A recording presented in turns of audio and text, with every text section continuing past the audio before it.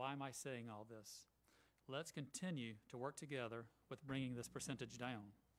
Thank you to everyone who's been wearing a mask. If you don't wear one, please consider wearing a mask in public places. Your mask will protect others, and their mask will protect you. We are all in this together, and the only way that we will rapidly slow the spread of COVID is to work together. Thank you.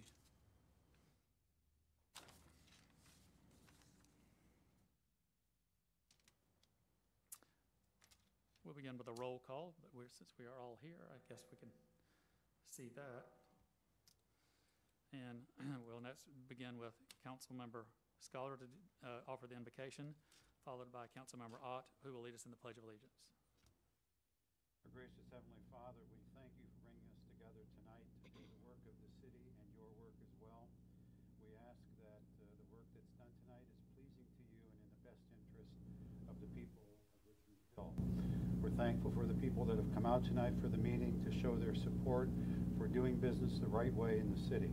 We also ask that you bless our service members overseas and stateside, and that you put your hand of mercy on them, as we hope you will do to those suffering across the country with COVID-19. We know that we can't beat this without your help, Lord, and we ask that you put your blessing on us. All things we pray in Jesus' name. Amen. Amen. I pledge allegiance to the flag of the United States of America and to the republic for which it stands, one nation, under God, indivisible, with liberty and justice for all.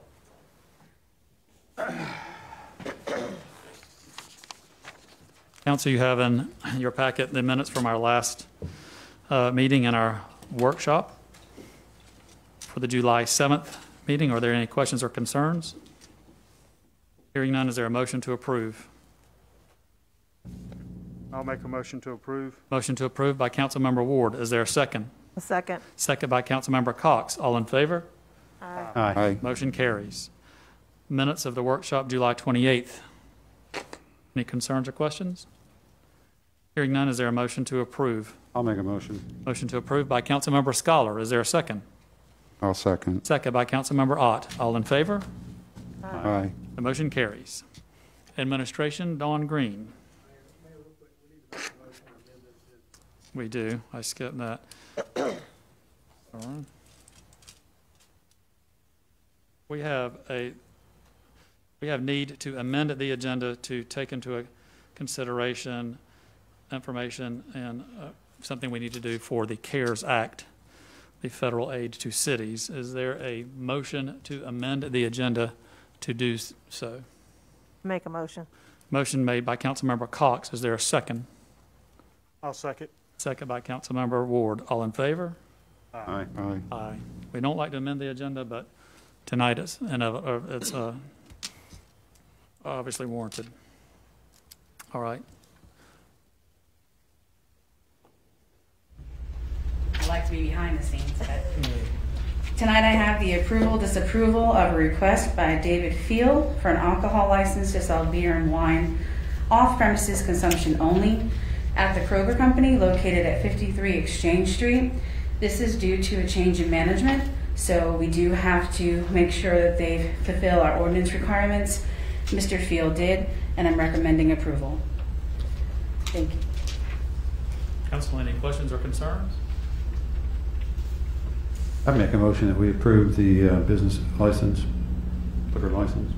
Motion to approve by Councilmember Scholar. Is there a second? I'll second. Second by Councilmember Ott. All in favor? Aye. Motion Thank you. carries. Finance, Bob Whitmarsh.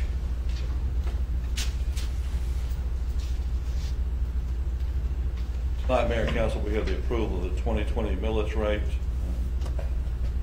which we talked about at 3 public hearings, and recommending maintain the millage rate at 4.132. Council, any current concerns or questions? I actually have just one statement I'd like to make. I think it's really important for us to make sure. I think a lot of the residents are still concerned and thinking that the millage rate went up. I saw several social media posts about we were raising the millage rate. So just want to make that statement. I think it's really important for us to educate them that we're not really raising the millage rate. It's because of the, And we've had a good effort online doing just that and educating them. The millage rate is 4.132. The millage rate last year was 4.132. right. That is not a raise. Okay. Any other questions or concerns, council? Is there a motion to approve? I'll make a motion to approve. Motion to approve by Councilmember Ward. Is there a second? I'll second. Second by Councilmember Cox. All in favor? Aye. Aye. Motion carries. Thank you. Planning and Zoning, Scott Allison. Good evening. Mayor, first council serves as the Board of Zoning Appeals also. We have a public hearing for a variance. If you want to open that up. Yes. I hereby open up the public hearing for the variance to be considered. Okay, the public hearing we have is a petition that's been filed with the City of Richmond Hill by Jitendra Kumar Patel requesting a variance to Article 6, Section 6.3 of the Unified Development Ordinance on side setback requirements. The property is located at 213 Waverly Lane. Council, I'll introduce this to you. Mr. Patel is also here. We don't ask questions during the public hearing. They just speak in favor or against, and then the questions come after during the actual item for consideration. But I will outline for you what's in your packet. You had the application, as well as the additional pages that have been attached by the applicant explaining his reasons for the variance and how it meets our requirements. The lot is irregular shaped, so it creates a unique physical circumstance that where it gets narrow in the rear of the lot. It's a trapezoidal shape that gets narrow in the rear. What he's doing is he wants to build a covered screen porch on the rear. This requires a right side setback variance of 3 feet and a left side setback variance of 1.5 feet. Code is hard to have square peg, square hole every time. So when you run into these scenarios where, you have unique physical circumstances, that's why you guys at the Board of Zoning Appeals and Variances are a part of the zoning process. As I said, Mr. Patel is also here. Is there anyone to speak for this variance request? Is there anyone here that wants to speak against this variance request? Hearing none, I close the public hearing. Council, we are now back into our city council meeting. Okay, next you have the item for consideration for the public hearing. It's the approval, disapproval of the petition filed with the City of Richmond Hill by Jitendra Kumar Patel requesting a variance to Article 6, Section 6.3 of the Unified Development Ordinance on side setback requirements. Property is located at 213 Waverly Lane. I stand ready to answer any questions you have. Council, do you have any more questions or concerns? This was considered in our workshop, so council is well aware of the variance request.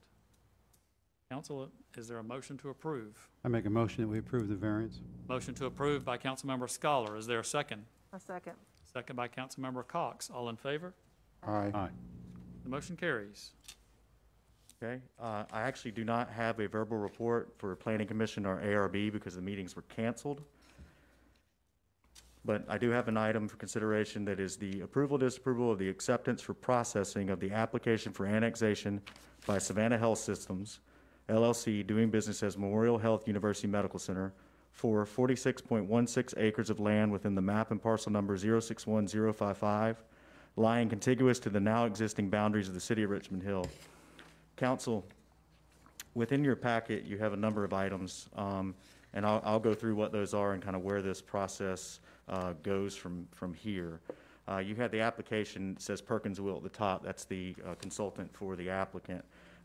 This is a standard petition letter format that's used following the state law guidance, indicating who the owner is, where is it, and what they want, if it was to be annexed, what are they requesting it to be brought in from a zoning standpoint. You will see that the property on the map is located on Port Royal Road, across from Publix. It's a portion of a larger piece, but this is the 46.16 acres that was just subdivided in the county that they're requesting to start the annexation process. You'll see that the C1 zoning designation is what they're asking for when it is to be rezoned, that's what the zoning be. That's our general commercial designation. And one thing you'll have to, I know that we're aware to some degree of what their intention is from a medical complex standpoint. But when you make these decisions, when it comes through the rezoning, one thing that we'll have to remind Planning Commission, and again, when it gets through first and second reading to council, is the property and zoning and its land use stays with it. You know, it runs with the land. So if for some reason something happened and they were to sell, it's the uses that are permitted in C1, okay? It's not, you got to look at it from that standpoint. It is a logical extension. We'll get into that later because of the Publix and the shopping across the street being commercial. But again, that'll come up later. Again, in your packet, you have the location of the property. So just to give an overview of what this process is, and I'll be brief. This begins the annexation process. Annexation is not acquisition. It's private property. Private property owners requesting that their property be brought into the city limits. It's different than some of the recent annexations that we had because of its size and also because our infrastructure, you hear me talk about backbone infrastructure at in the Belfast area. That backbone infrastructure exists here. Water and sewer is already there at the Publix, and you know, they would have to just reach out and grab it and bring it to them. City would not have to bring it to the area. There's no incentives or abatements associated with the annexation. Again, the medical facility is permitted in C1, but you know, you got to think about this from a holistic and longevity standpoint. You'll see a timeline in your packet. What that timeline is, it outlines the state minimum guidelines as it relates to the property being zoned and finalization of the annexation. It goes through zoning procedures law to public hearing to Planning Commission. If approved tonight, the Planning Commission public hearing is on August 24th. And it looks like, acts like, smells like a rezoning process after tonight if it's approved. It goes before council for a first reading in September, a second reading in October. All that does is it establishes the zoning on the property, and the first day of the next month, the property's in the city limits. So November 1st is the earliest that they could submit in for review a site plan, which is the next step after the zoning. Now, granted, they're going to go ahead and give us an idea when we're going through the zoning process of what their plans are, but the detailed site plans, traffic impact analysis, review of stormwater, those types of things will happen during the site planning process after they're in the city. And they would want to expend those resources for the detailed engineering and such after that. So there are many layers to it. But what you do have is an annexation timeline. That is a timeline of, okay, the earliest in the process that it could get to you guys for approval of the annexation, it would be in your October meeting, and then it would be in the city November 1st. The applicant is here if you have any questions for them. Staff has been in coordination with the county. The county will have to review their plans as well for access on Port Royal Road, and we'll review their traffic impact analysis as well, so we'll be working hand in hand with them on that, along with the applicant. I can answer any technical questions you have about the annexation process, and again, the applicant is here for Memorial Health. If you have any questions regarding their, what their plans are. Council, do you have any questions for Scott? Yes. Yeah, I have a couple questions, and it doesn't specifically refer to the annexation, but it all ties together. Been a fair amount of misinformation given out on this project online in different places, and I just want to make sure that that we are all on the same page when I say, can you tell me if the developers have been given any preferential treatment on property tax? No, there's no incentives or abatements associated with this project. There's no public-private partnership associated with infrastructure. This is a standard. The Belfast annexation is very different than typical annexations. This is a typical annexation. They're wanting to come into the city limits of Richmond Hill to be able to be provided with city services.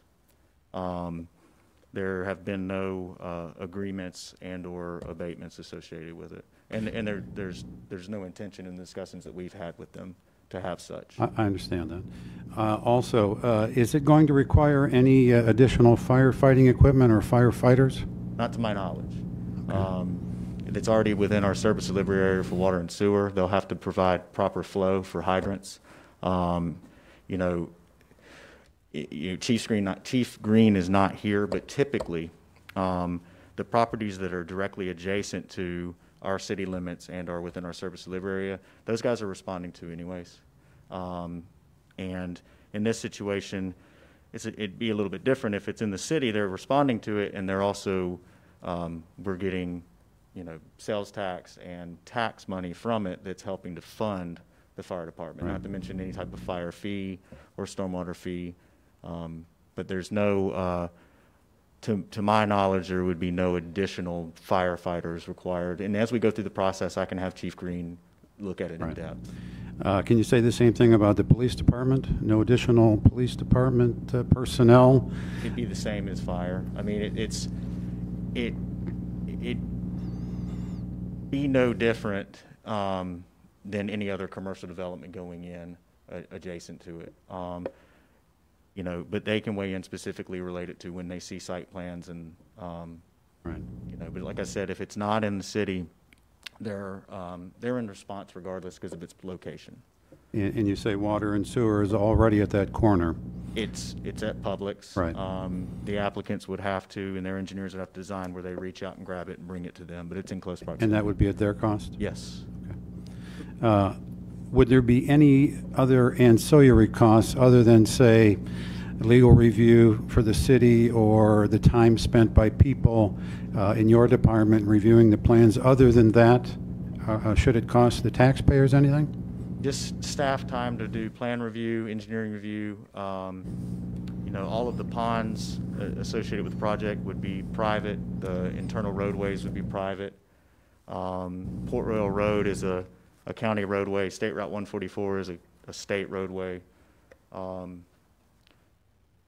I can't think of anything that would be in addition. Once it is up and running, that would require something that would tremendously affect our budget. Or really anything that, when Spring Hill Suites is under construction right now, that's not negatively impacting our budgets from a operating costs.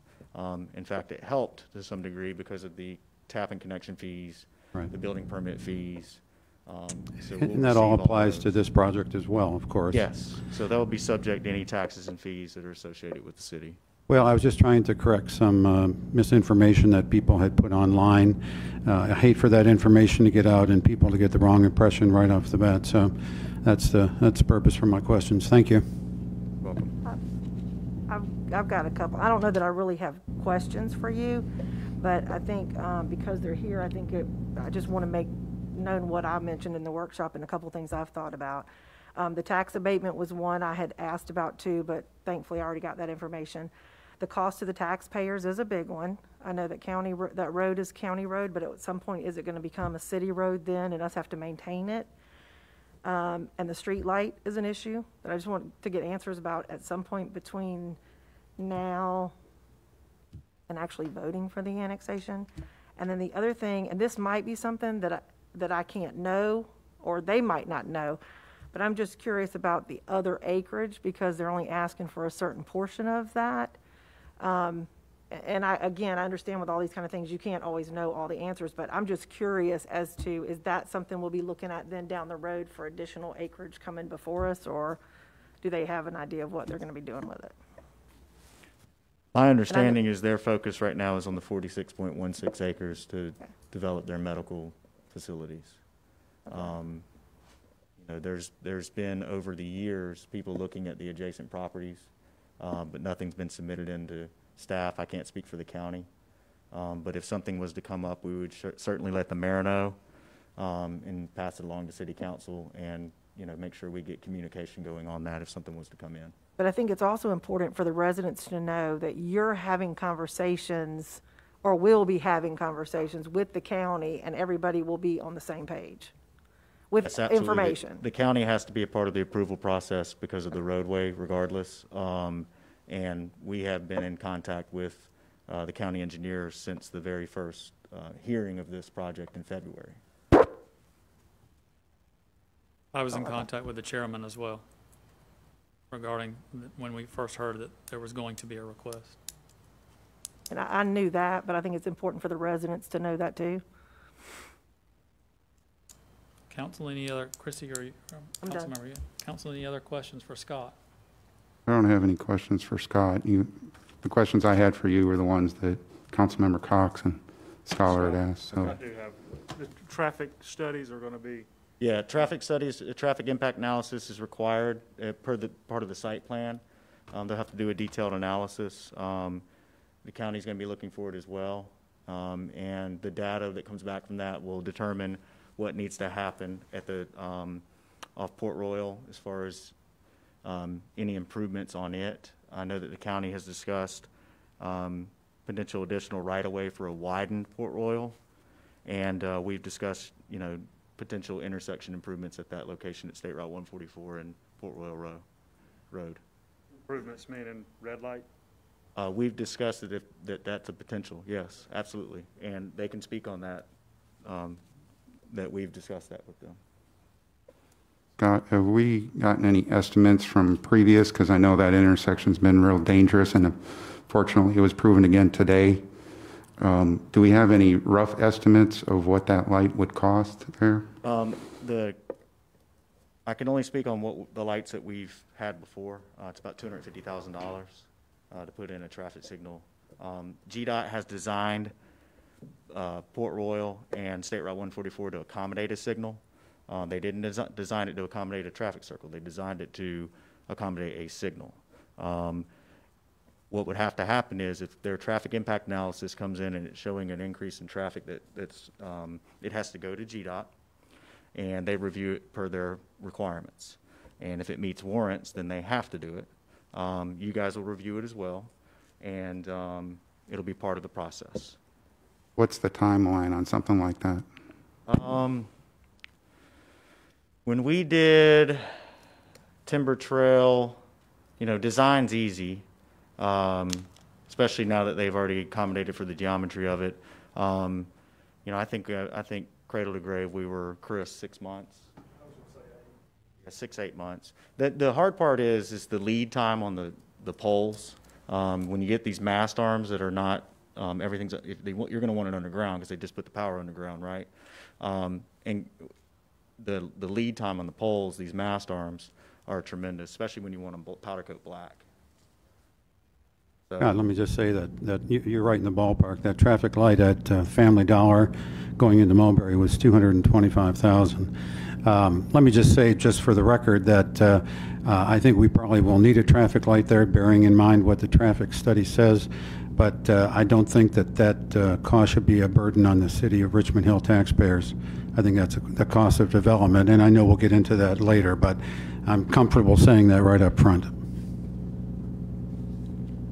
Council, any other questions for Scott? Are there any questions then for the representatives from Memorial? I have some. Okay. Sir, or one of you, would you? Okay. If you'll state your name, please. Shane George, CEO of Memorial Health. And I am Rusty Ross, the attorney for the hospital. Okay, thank you. Okay. Thank you for coming out, Mr. George. Yes, you are. Thank you. I have a few comments and then some questions in between, so bear with me. I was only privy to this information with the certificate of need that was asked for back on the 29th of May. So I've been trying to do a lot of catching up to find out what's going on with this process. I have not been in public office before, so I'm new to this. And I come from the private sector where we do a lot of business case analysis and things like that. So just bear with me if you would, please. So you are associated with HCA Healthcare, correct? Correct. And you are a for-profit company, correct? We are a tax-paying for-profit company, yes. Okay. And it looks like last quarter you did pretty good, except for you got the CARES Act in there, correct? At 11.07 billion just for the quarter in revenue? Does that sound about The right? report, I'm sure, is accurate. Okay.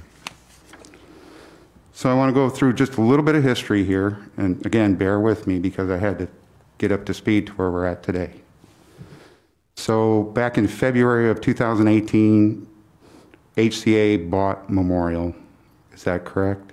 Correct. And then you became the CEO of, I forget what it's called, the Southeast Atlantic area or something like that? No, I'm CEO of Memorial Health. It's Memorial Health. Savannah Health Services, doing business as Memorial Health University Medical Center. Okay. The South Atlantic Division is a division of HCA that has about 12 hospitals in it. Hugh Tappan is the president of that division. We have 186 hospitals across the country, and this is the South Atlantic Division is one of our divisions. Okay, but you're not the president. You're the CEO of just the CEO one section here. Of the local hospital. Okay. All right. And then back on December 20th of 2019, you put in letters of intent for 2 areas in Bryan County for a certificate of need. Is that correct? That's correct. One was Ford Avenue and Forest Street intersection, which was across the street from Kroger. Yes. And then the one we're talking about today. Correct. Okay.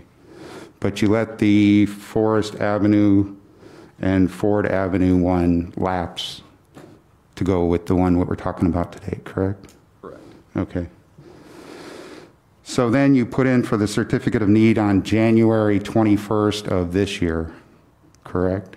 Correct. So the letter of intent, so the way I understand it, you put in the letter of intent of what you want to do, and then you on that date, you put in for your application for the certificate of need, correct? Right. Yeah, the letter of intent goes to the Department of Community Health, and then I believe it's 30 days you have to submit what's the full certificate of need request application. Application, okay.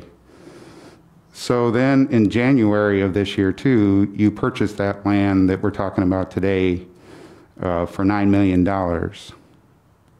Correct. Okay.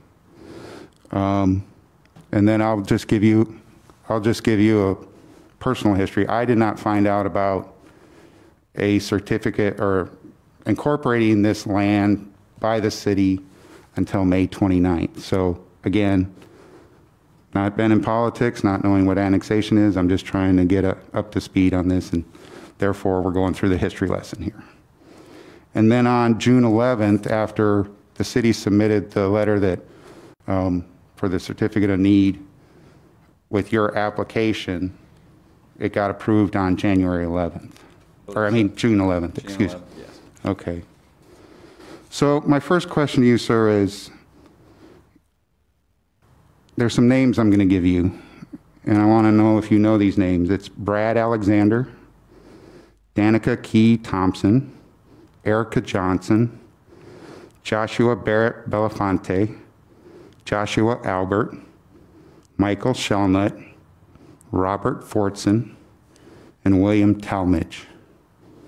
You know those people, sir? I know one of them, Josh Belafonte. And he is? He's an attorney that works with our company downtown in Atlanta. He's a lobbyist and is an attorney that works with us. Okay. Well, from the information that I found, all these people, 8 of them are lobbyists that HCA Management Services LP, which I believe is a subsidiary of HCA. Is that correct? I don't know about Out of Tampa Bay? Could be. Okay. Well, these all were paid supposedly from the Freedom of Information Act, these lobbyists in Georgia, in excess of $10,000. They don't tell you how much after $10,000 that you get paid. And they had contracts between 3 to 4 years depending on the lobbyist. So the reason why I bring that up is we wouldn't be here unless House Bill 186 got passed, correct? Okay. So here's the statement. The House bill passed on the 25th and 29th of 2019. defining healthcare facility to include freestanding emergency department and facilities not located on hospital's primary location. Also in that bill, so that allows you to go and get the certificate of need now, right? Since this bill was passed, otherwise we couldn't even be talking about a facility like this. Okay. The other thing that I found out is on that bill was a limitation on the entities that can impose the certificate of need, application to within 35-mile radius of the proposed project. From what I've heard and what I've read, this is just an assumption, the insurance companies were not in favor of this, and I have some information as to why. So the reason why this got passed, what I've been told, is that the Georgia legislatures have said the con needed to be loosened to give Georgians more options and to provide solutions for rural health care. That was the feedback from the legislature. So you guys are offering, and I'm sorry to say you guys, your company is offering, and this is a quote that I got from the Bryan County News, these freestanding emergency rooms will function as a satellite department of Memorial Health, the region's only level 1 trauma center. They will provide on-site CT scan, x-rays, ultrasounds, including clinical laboratory services, and will be staffed by clinicians trained and accept patients transported by EMS. So a question to you, sir, is if a person is treated for a stroke, heart attack, gunshot wound, MVA, which is a manual vacuum aspiration, or other serious injuries, will they be able to stay at the facility, or are they going to have to be transported to the memorial down in Savannah after they're attended to? There's a possibility that the patient could be transferred to the hospital if they meet inpatient criteria or need that can't be supplied there at that freestanding emergency center. But there is opportunity to stay at the facility overnight then, is what you're saying?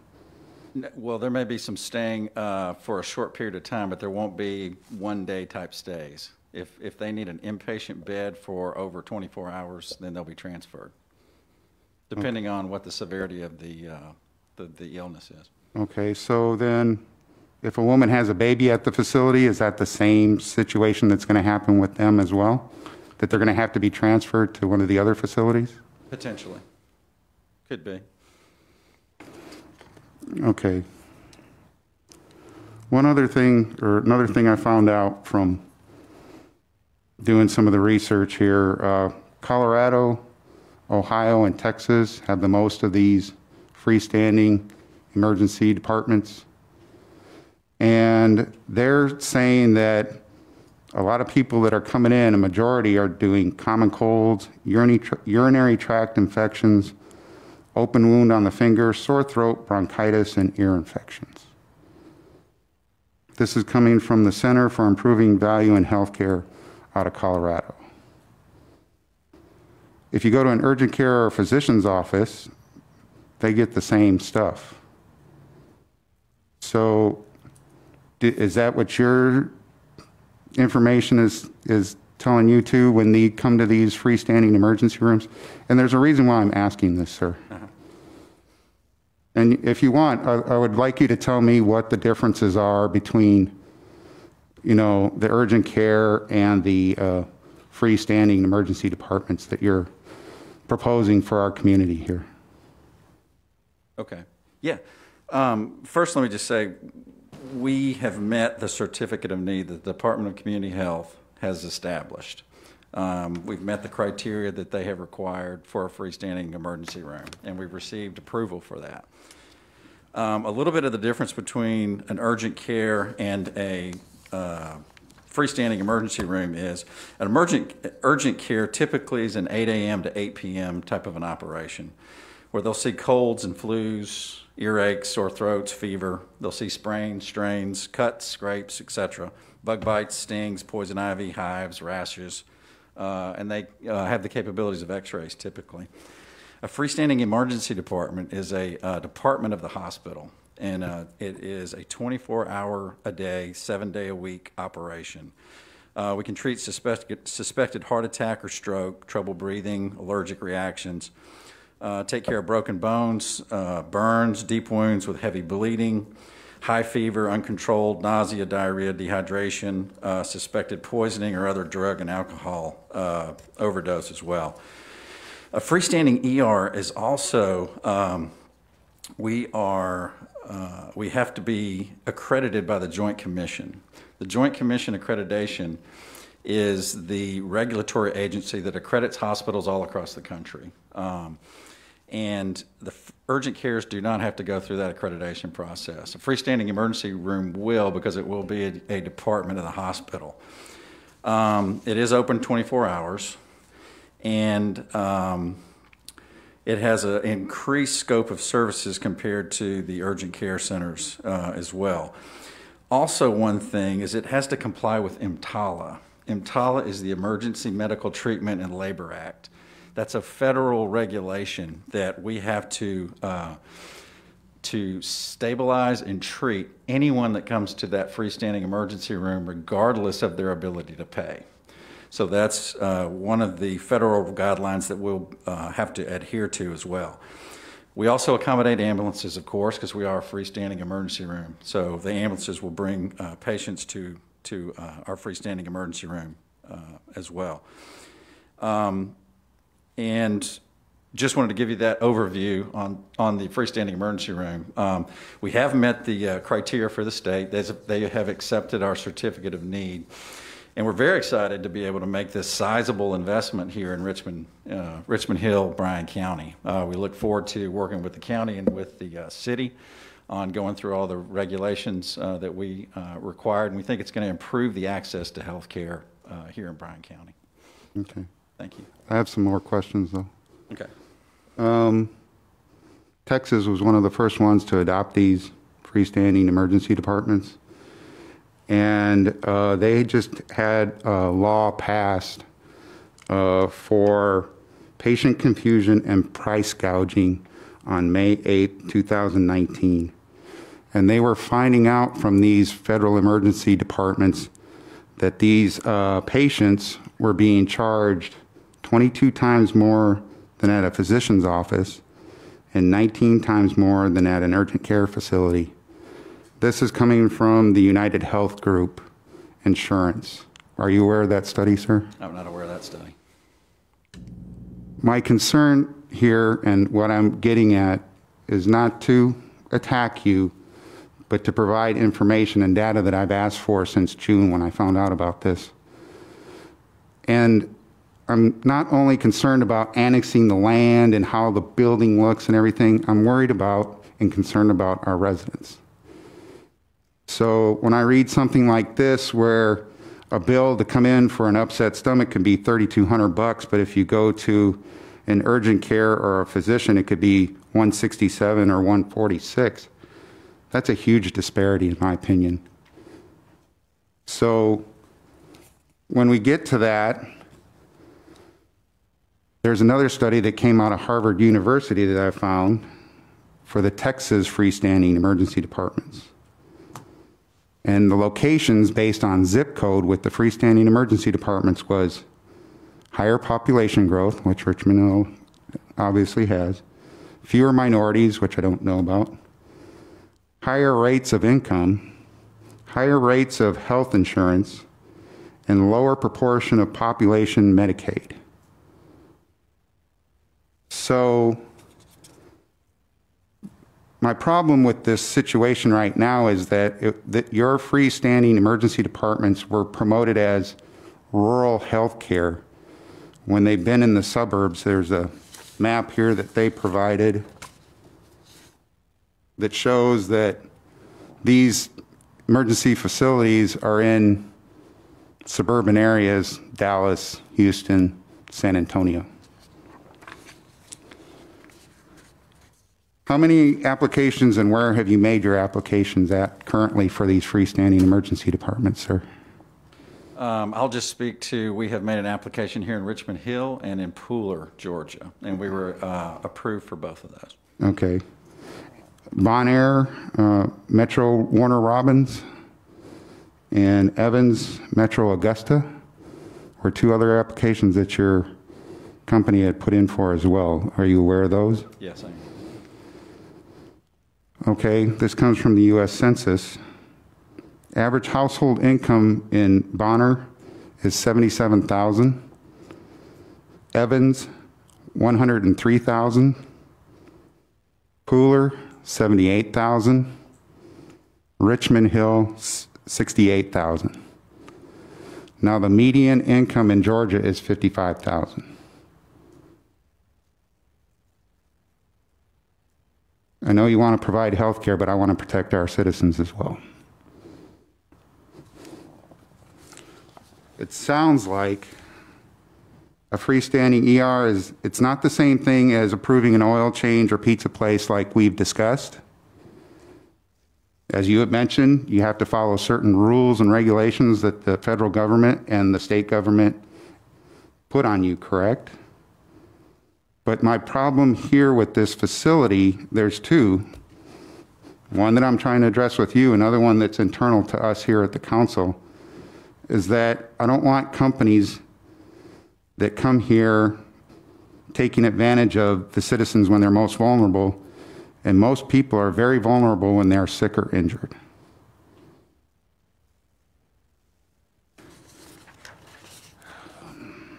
And the reason why I have some of these, your company's had quite a few violations in the past 18 years.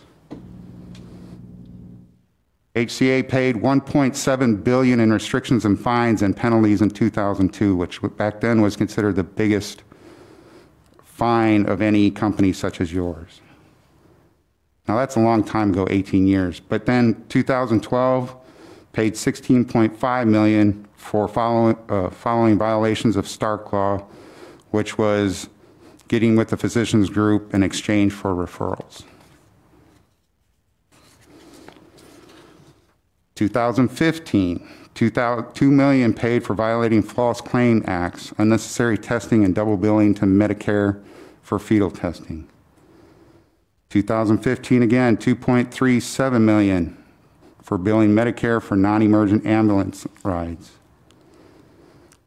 $8.6 million just 3 years ago in 2017 for violating the anti-kickback statute. So reading this, you can understand my concerns. As somebody that's never been in politics, I got voted on for transparency and being a voice for all. So my questions to you are then is, why does HCA want to annex from the city of Richmond Hill? One question right there. If you want to answer that, you can now. Yes, we'd like to annex that 46 or so acres to develop a freestanding emergency room. Why from the city? You could go to the county. Rusty Ross again. Very simply, and I think that your assistant city manager said it, water and sewer. And we're willing to pay for that. And we're willing to come into the city and be subject to your millage rate. But one thing I do want to say about what we're trying to do here is we are trying to come to Richmond Hill with a much higher level of care than you've ever had in this county. And that's the reason for building a freestanding emergency room. I'll say a couple things. I've been in HCA for about almost 30 years. I grew up in the company. My father actually worked with HCA when they founded, with Dr. Frist Sr. and Dr. Frist Jr. and a guy named Jack Massey. You know, HCA did go through a dark period there where the federal government, we had to pay the Department of Justice and the federal government the fines that you had mentioned. Since that time, we have developed, there was a corporate integrity agreement that we were under. And since that time, we have been bestowed the designation of being the most ethical company in the world. And that's about 12 years straight.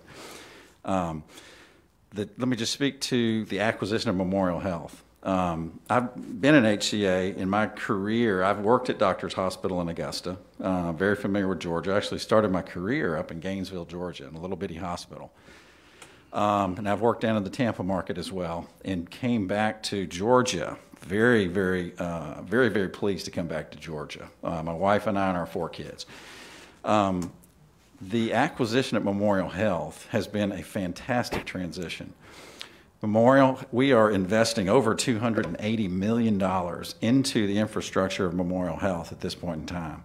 One of those investments is a $65 million children's hospital that's being built right on the campus. It's going to be a 50-bed facility, 18 emergency room dedicated to pediatrics. It's going to have a 15-bed pediatric ICU and 4 ORs, dedicated CT and MRI as well.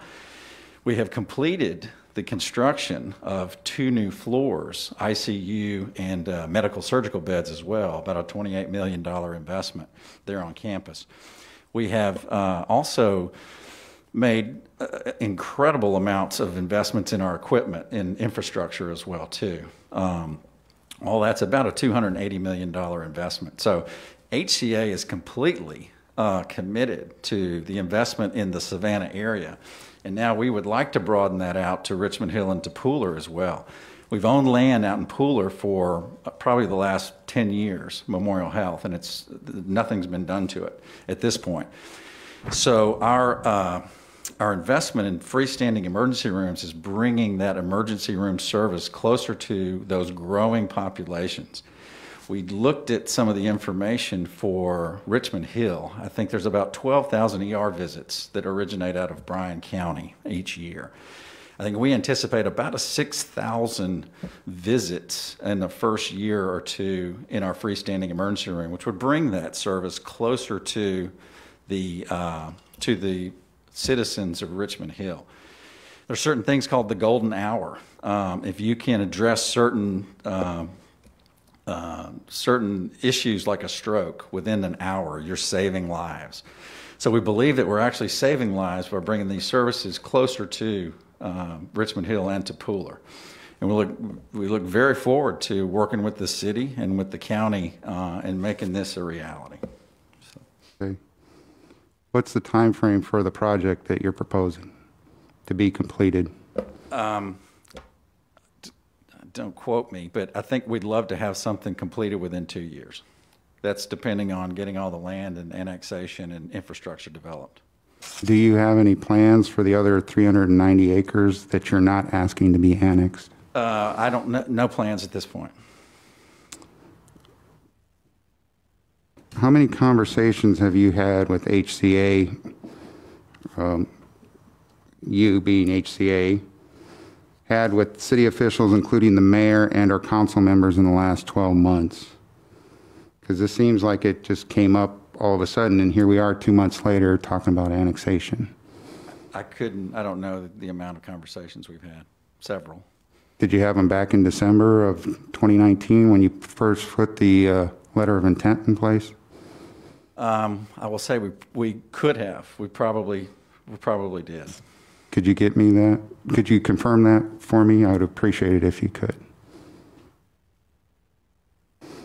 And the other thing is that Councilmember Scholar and Councilmember Cox had mentioned too about the light and the widening of the road. I'd like to hear your opinion on how your company, or what their thoughts are, or how they would like to proceed forward with those type of improvements. I know there's a lot of work to be done. I think we're willing to make our fair share investment in whatever infrastructure we need to. Okay. You had mentioned that you're working on, you're a ethical, outstanding company. Do you have any other illegalities going against you? I know most major companies like you do, but some of these, like I said, that I read off concern me. One being recently 3 years ago. Yeah, I tell you, we'd be happy to prepare anything for you. We're a very transparent company, and I believe we would be able to share whatever we possibly could that would be appropriate. But you can look on our website, the HCA website, and look under investor relations in some of those areas and probably find a lot of information. Okay. Last question, and it's a request.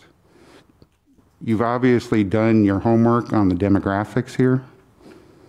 I just would like to know what your estimate is as to how many visits you're going to get, or just take some of your current facilities and let us know what type of ailments and things, what percentages you're seeing for those facilities that you expect to see here with this one that you're planning on building. Yeah, I think there was a response from the state with our certificate of need, the approval document. I think that's public knowledge, and we'd be happy to share that with you. Yeah, if you would, I'd appreciate that. Okay. Thank you for answering my questions. You're welcome. Council, any other questions for these gentlemen? Yeah, I'd like to say thank you very much for choosing Richmond Hill. Thank you for spending your money here, and thank you for creating jobs. Thank you for coming to Richmond Hill. Okay? Please, if we vote to annex this tonight, please don't walk away from Richmond Hill. We need you here. We want you here. Please don't walk away from Richmond Hill. Thank you. Thank you. And I would just say that we all are elected to represent the people that voted for us, and I think by increasing the health care opportunities in this area, I think I'm fulfilling that obligation to the residents. So again, thank you for coming. And I'd like to say thank you as well for answering all those questions. And on a personal note, having 2 kids with special needs, Children's Hospital is phenomenal. Thank you for all that work. Thank you, sirs. Council, hearing no other questions, is there a motion to approve the acceptance for processing of the application for annexation by Savannah Health Systems? I make that motion. Motion made by Councilmember Scholar. Is there a second? I'll second. Second by Councilmember Ward. All in favor? Aye. Aye. Motion carries. City Manager, Chris Lovell. I'm trying to make this quick. We've got, I've got 3 items, actually 5, I guess. But the first one, the first 3 we talked about in the workshop, so there shouldn't be a ton of discussion on. The first one's approval, disapproval of the 2 F-150 pickup trucks from J.C. Lewis Ford for a total of $52,458.96 to be purchased from water and sewer funds. Council, any questions, concerns? We discussed this in the workshop. We did. I just have one real quick. I just want to make sure, because I was reading there's a statute. I just want to make sure they're going to have the city logos on all of those vehicles. Yes. Any other questions, Council? Is there a motion to approve? I make a motion to approve. Motion to approve by Councilmember Cox. Is there a second? I'll second. Second by Councilmember Scholar. All in favor? Aye. Motion carries. Second item, similar, 2 F-250 pickup trucks, approval, disapproval from Childry Ford for $89,560, once again from water and sewer. Council, any questions regarding these pickups? I'm sorry. I do have a question that just occurred to me. How come we're not getting them from the same place? We sent out a bid package, and if you, I think it's in your packet, it shows that there's the 2 F-250s were cheaper from one place and the F-150s were cheaper from another place. Okay. Council, any other questions? Is there a motion to approve? I'll make a motion to approve. Motion to approve by Councilmember Ward. Is there a second? I'll second. Second by Councilmember Ott. All in favor? Aye. Third item is approval, disapproval for the purchase of the modular home for $63,000 from SPLOST 7 funds. This is for the temporary fire station on Belfast Keller, or Belfast side, excuse me. Council, another item we have discussed at length in our workshop. Now, is this going to take into the 600,000 supposedly we still have in SPLOST if everything holds before COVID? Yes. And by the way, I do have an update on the sales tax, which are still pretty strong. I think we're about 11% ahead of our budget through June, I believe, July, excuse me. How much of that is hotel motel though? Well, if you remember, the hotel motel tax is a very small portion of our entire budget, so to the tune of about $300,000 to the general fund. So That doesn't go into SPLOST then? No. Okay, all right. I thought that was, part of it went to SPLOST as well. No, SPLOST is just 1% or a portion of the sales tax, not the hotel motel tax. Chris, I know that Chief Green's not here tonight, but is he in full compliance with what you're proposing to do? Brennan and I have talked about this in great length, so yeah, he's well aware and he's supportive for sure. And I'd like to just add, because of my concerns during the workshop, I've had conversations, gotten all of that cleared up, so I don't have any reservations about what I asked about the mobile home and the zoning and all that. So that's all been cleared up. Good, thanks. And the same Any other with questions? Same with me. I talked to Chief Green, and I was concerned about the station number 4 as well. So, I'm good. Hearing no other questions, is there a motion to approve? I make a motion we approve. That was in unison. Councilmember Cox made the motion. Councilmember Scholar will second. All in favor? All right, Chris. aye. You're good. Next item I have is approval, disapproval to amend the revenue ordinance. It seems like a lifetime ago we did the first reading. It had to do with the false alarms and what we charge, and we're just trying to make the ordinance match what we're actually doing. So that's what this is for. Once again, last time we had the first reading, I didn't even bring this up in the workshop. It was kind of a non-event in the last time we had the reading. So once again, this is just to make the ordinance match what we're doing with false alarms. I believe there's an email in your packet that shows kind of the detail of it. Council, any concerns or questions regarding this item on the agenda? Hearing none, is there a motion to approve? Motion to approve. Motion to approve by Councilmember Ott. Is there a second? I'll second. Second by Councilmember Cox. All in favor? Aye. Motion carries. The last item I have is what we amended the agenda for. As we've talked about in the past, the CARES Act is giving money to the municipalities, and we're getting a portion of this money. We learned today, or matter of fact yesterday, that we had to do a resolution in order to get these to spend these monies and be reimbursed. The gist of it is it's not lost revenue; it's only reimbursable expenses. So we're anticipating probably around $100,000 is what our actual expenditures due to coronavirus may possibly be. But this is a resolution that we need to authorize to be able to receive we've already received the money, but in order to keep we'll send back what we don't use, and we'll keep what we can. So that's and I apologize for it being last minute, but September 1st was the deadline to have it approved or have the resolution in, and of course our next meeting's after that. So I try not to put stuff on here that you guys don't know about.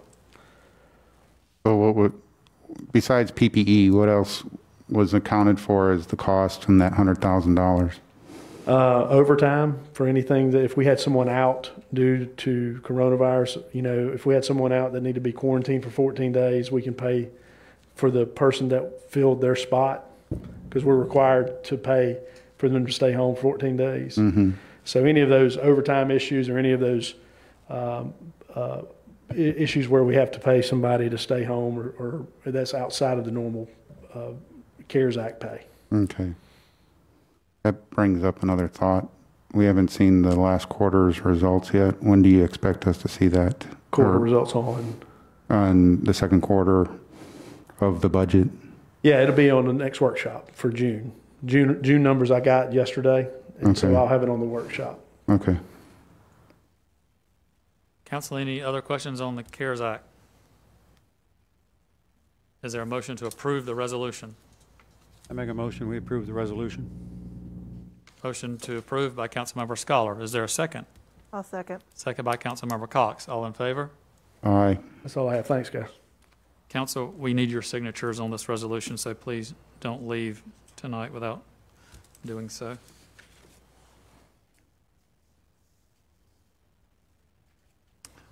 Communications and public comments. There were no public comments. I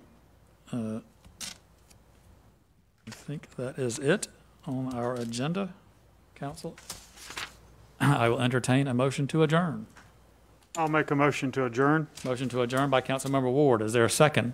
I'll second. Second by Councilmember Scholar. All in favor? Aye. We are adjourned. Thank you.